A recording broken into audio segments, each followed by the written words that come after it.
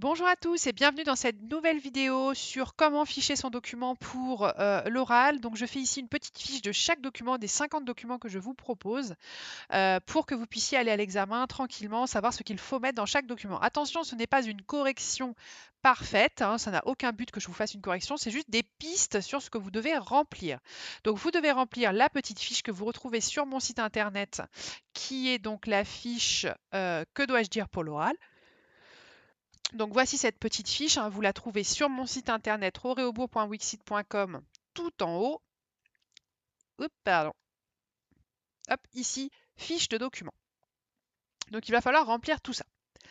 Donc, la question du document ici sur les droits de l'enfant, la Convention des droits de l'enfant, être citoyen.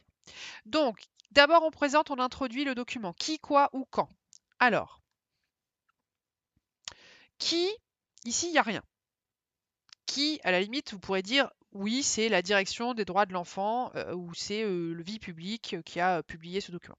Donc quoi? Qu'est-ce que c'est? C'est un document euh, iconographique et avec du texte qui donne des informations sur la Convention internationale des droits de l'enfant. C'est un document qu'on trouve où?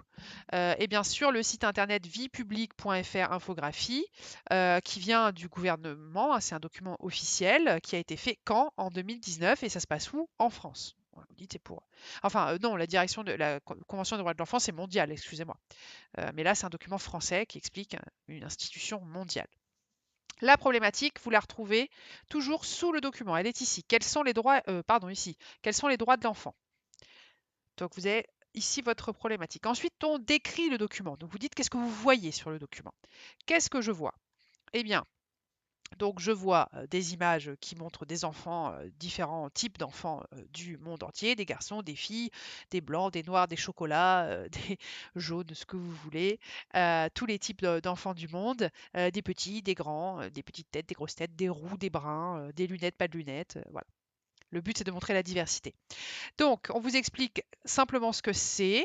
C'est un traité international qui a été adopté par l'Assemblée générale de l'ONU en 1989, qui est ratifié par 196 pays et qui donne donc des droits aux enfants, des droits fondamentaux. Donc ça nous redonne les droits fondamentaux des enfants avec des petites images qui permettent de bien comprendre et d'attirer l'attention.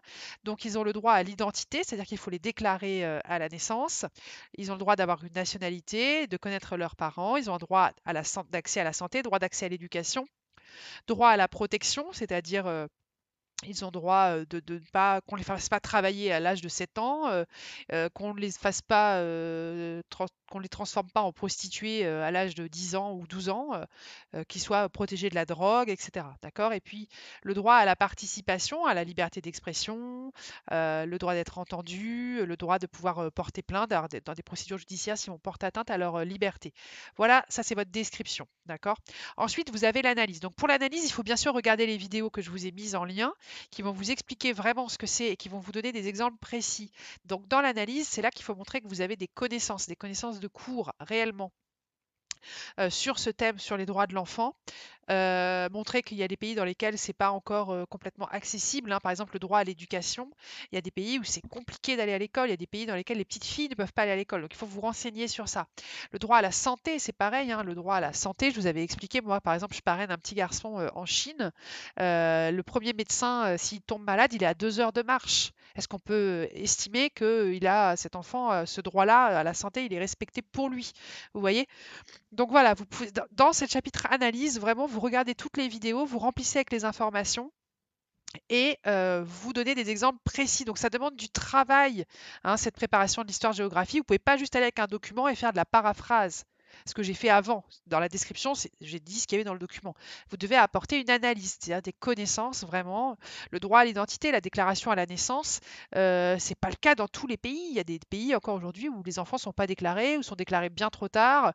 Donc Ensuite, on ne sait pas vraiment quel âge ils ont. Il y a ça, par exemple, pour les gens qui adoptent qui adoptent des enfants dans des pays à l'étranger. On va leur dire, voilà, cet enfant, il a 4 ans, on va leur donner un acte de naissance. En fait, l'enfant, il a 5 ans ou 3 ans parce qu'on ne sait pas, etc. Voilà, c'est ça l'analyse. Vous apportez des choses, des connaissances personnelles.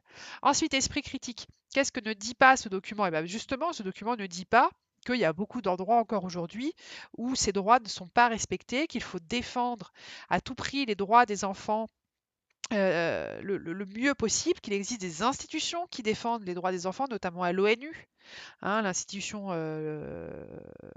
l'UNICEF, hein, qui est la branche de l'ONU qui s'occupe justement des enfants, ne serait-ce qu'en France, hein, vous n'êtes pas obligé d'aller dans des pays du tiers-monde, hein, en France, il y a des enfants qui ne sont pas protégés, hein, pour lesquels il y a des violences, qui sont exploités, qu'on fait travailler très jeunes, etc. D'accord?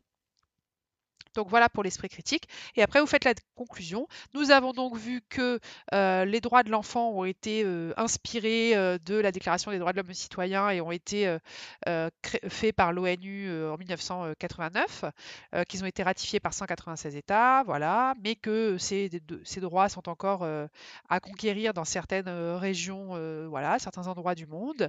Et puis, pour faire un lien, vous pouvez faire un lien avec le chapitre d'histoire, bien sûr, H2, de la Révolution française à la Ve République. Vous faites un lien là magnifique avec la Déclaration des droits de l'homme et du citoyen en France, hein, 1789, qui a inspiré la Déclaration universelle des droits de l'homme en 1948 et la Déclaration des droits de l'enfant en 1989. Voilà, vous faites un lien là-dessus. Voilà, je vous souhaite bon courage pour vos révisions. N'hésitez pas à regarder toutes les autres vidéos pour être au clair sur le chapitre, sur comment faire l'examen, comment préparer mon exposé, mon document, comment le ficher. Je vous souhaite bon courage. Ciao.